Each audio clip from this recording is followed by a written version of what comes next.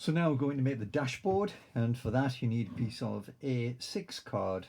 Well, it starts off A6, but we're going to make it a little bit smaller because it just depends on how big the tray is that you've made.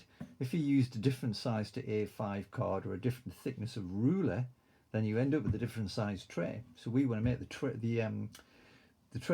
and the dashboard fit. Let's just fold the dashboard first, though, just to show you where it's going to go. So a bit of simple folding, short end to short end, short side to short side, we should say, and then really fold it, crease it down, so you've made a proper little V-shaped tent. And then we want to do the same again. Now you can fold it double over like that, but if we just do one at a time, a bit more practice folding it. There we go, into the middle, and fold again. And then the opposite one into the middle. There's the middle there, and fold again.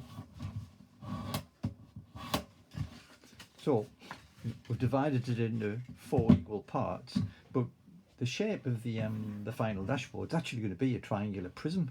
It's going to fold around like that and create a prism shape which sits inside the tray. But as you can see, it's just a little bit too long. So what I'll do is measure up so that it fits inside. So we want to be just inside that space there. So you could draw your ruler with this one. Let's see. Yeah, it's about the width of the actual ruler again. And we could use the little bit that we've cut off for something else a little bit later. So that's the shape of our dashboard, and the dashboard's going to fit in there. And as you can imagine, if we were to draw controls of various types and create like levers and dials from straws and bits of card, then this is going to look like quite an attractive dashboard. So here's one I made earlier.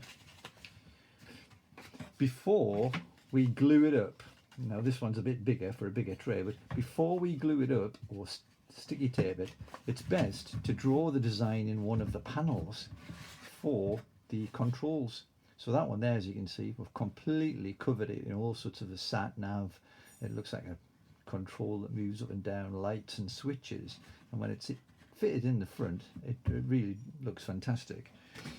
But this is a slightly smaller one. That's where it fits in the front, but we've got to sticky tape it up or glue it first of all. Now you can leave it a bit further open if you want to. If you leave it a bit more open, it gives you a bit more sort of area to work on when it's inside there. But either way, whatever you want to do with that, that's fine. A little bit of sticky tape.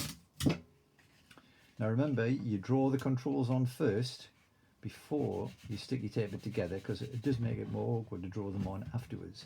In it goes like that, and then I tend to use double-sided tape like this. Look, sticky tape, roll it to the middle, make it sticky on both sides, stick it on the back, and then do another piece.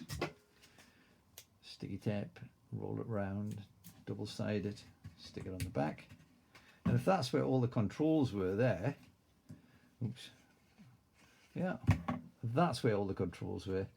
Really, you don't want the sticky tape there, do you? We should have hidden it in a different place. So why don't we transfer the sticky tape around there? And because we can't see any sticky tape now, this is where the controls would be. So the controls, which should have been drawn on beforehand, of course, would be on that side. Now, sticky tape it into the top end of the box. There it goes. Give it a bit of a squash to get it going there. And there's our dashboard. Now, next thing to do would be fit a seat, and then the astronaut, and then that creates a lot of space in the back, and that's where all the rock samples and various other bits and pieces would go.